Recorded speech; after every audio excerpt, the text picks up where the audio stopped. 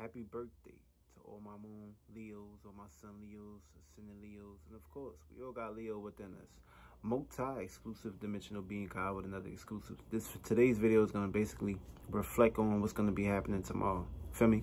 So, of course, you know, the sun is basically leaving Cancer, which is dealing with home, love, emotional desire. Also, that's dealing with comfortability, that's dealing with care, that's dealing with the breast, that's dealing with the heart.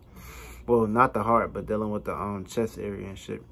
The heart, we talking about Leo. I mean, this is basically the sun. This is basically the center of attention. Basically taking the stage, self-esteem, desire, fire, passion, motivation, confidence. This is basically, you got to take center stage now. Feel me?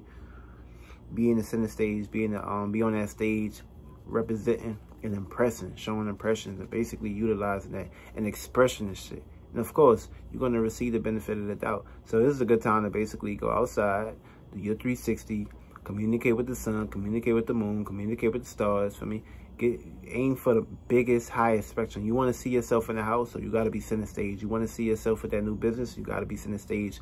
You want to see yourself in a new circumstance, situation, new space and location, new area, you got to be center stage. Feel me? And they ain't got shit to do with you looking for a job or anything. All you got to do is get aligned with the stars, go outside, and basically act out in the natures. So, of course, we also got Mercury in Cancer.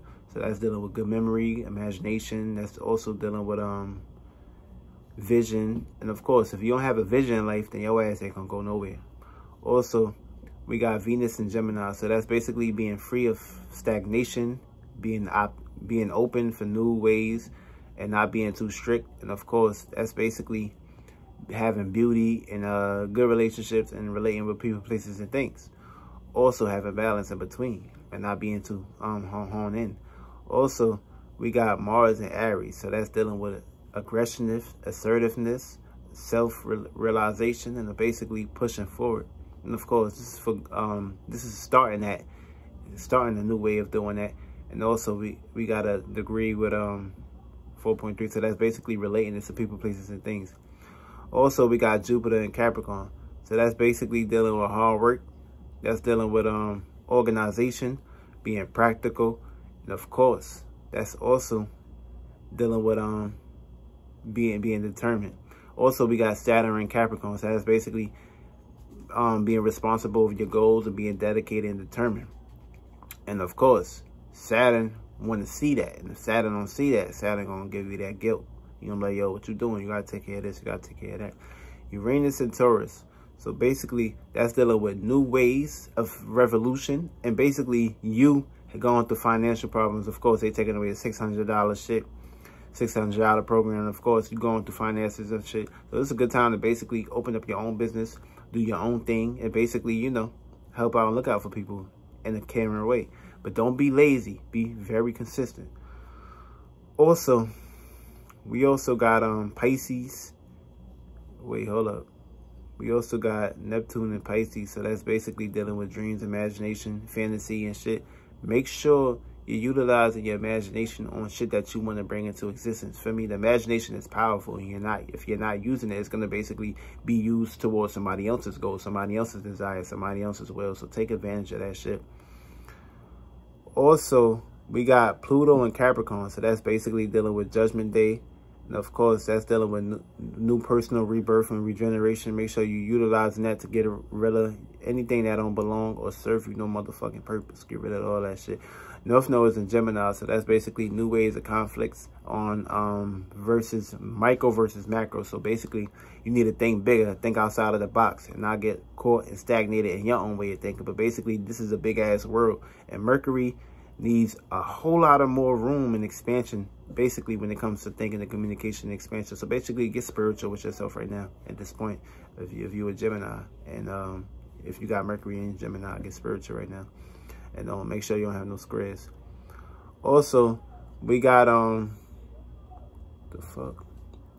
We also, yeah, also make sure you being consistent too. And anxiety can basically play a big role in this. So make sure you not honing in on shit that happened in the past and shit like that. So basically, make sure you basically being practical and unique. Also, we got yeah, I'm about to get into the alignments right now. We also got the Lilith moon. So that's in Aries. So basically activeness and association. So basically be aware of like headaches, scars, and violence and shit. So there's a whole lot of violence going on. We in the age of number 4, so that's dealing with Cancer energy. You also got Chiron in Aries, so that's basically dealing with a completion of your travel, and basically honing in on new creations, and basically being focused and creating new ideas. We also got Sun opposing Jupiter, so basically that's dreamy versus travel. So of course, you know, the Sun don't like Jupiter because, you know, the Sun in Cancer want to basically be stable and being consistent. Jupiter want to travel and get out the house. Also, we got what the fuck, Sun opposing Saturn. So that's basically giving up on people, places, and things, or having encouragement on going through these things and learning from these things. So like, make sure you're having balance in between. We also got Sun opposing Pluto. So the Sun falls and which Cancer falls into Pluto. So that's basically dealing with stubbornness, decisiveness, and manipulation. So be aware of that. We also don't want to be going through that shit right now. Also, we got Mercury square Mars. So that's basically being impatient and having arrogance and shit when you around people, places, and things. So be aware of that. Don't be too opposing, because people may look at you a certain way and they may not like the way you talk or the way you reacted to other ways of doing things. Venus square Neptune. So that's basically problems with having balance with communication and surroundings and locations. Also, laziness can take place, shape and form. Somebody or you or somebody is not basically owning up to date to date with their experiences with you and shit like that. So be careful and aware of that. Also, we got Jupiter sextile Neptune. So basically, that's basically dealing with spiritual. That's dealing with spiritual elements and desires and will to basically be free and have harmonious. This is harmonious energy. So your way of travel, your way of abundance and expansion and growth can basically take shape and form, especially if you come together and have balance on the spiritual spectrum and shit. When you relate this to your female or your mother, whoever you want to basically relate this to, good time to basically get very practical, especially if you ain't got shit to do with yourself. Get your ass outside and channel the stars, channel the moons, know the alignments, know how to act out in the natures. Also, we got Jupiter conjunct Pluto. So basically, this is basically truth versus power. So basically, you got a conjunction here. So this can be complications too, because, you know, Pluto is death and transformation, rebirth, and new goals. Jupiter is travel, expansion, and growth. So if you let Jupiter take over, then Jupiter is basically, you're not going to basically have, you're going to get lost into your desires, and you're not going to be able to expand and grow because you got too much shit clogged. So you need Pluto to basically get things aligned, get away from, let a whole lot of shit go as far as what you need to let go, and have more opportunities and room to basically have expansion and growth. So that's basically you having the ability to meditate and take a spiritual pill and kill anything that don't exist that you need to get rid of, so you can basically have more clarity and shit. Also, we got Saturn conjunct Pluto. So basically, that's ambitions, rebirth, and reflection of yourself. So basically, this is a new way to have new creations and shit. And this is a conjunction. So, you know, it's going to be some limitations because, you know, Saturn ain't going to let you kill everything. But Saturn will have limitations and control over that, because that structure right there, without physical representation, you won't have transformation. For me, because this is the birth, this is the death stage. The birth stage is basically dealing with the soul. That's the experience. Life is dealing with the spirit. And transformation, death, is dealing with the physical representation. Because you can't kill a spirit, you can't kill a soul, but you can kill a body. So remember that. Also, Neptune sextile Pluto. So this is basically transformation and global action. So basically, Neptune is a duality, and Pluto is in feelings and emotions. So basically, we're going to feel the need to basically come together and basically kill and destroy anything as far as fantasies and desires and shit, fake shit, as far as this fake-ass virus.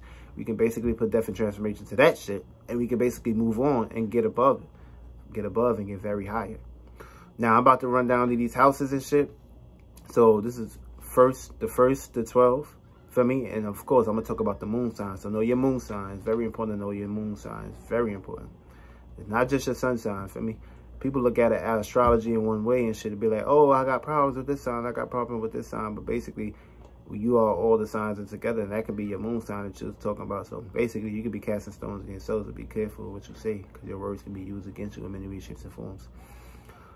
First house, this is dealing with new ways of expression, competition, and loving yourself, and not basically honing in, and not basically putting yourself in the situations, circumstances of you not showing love and care for yourself. Don't be too hard on yourself, but love yourself.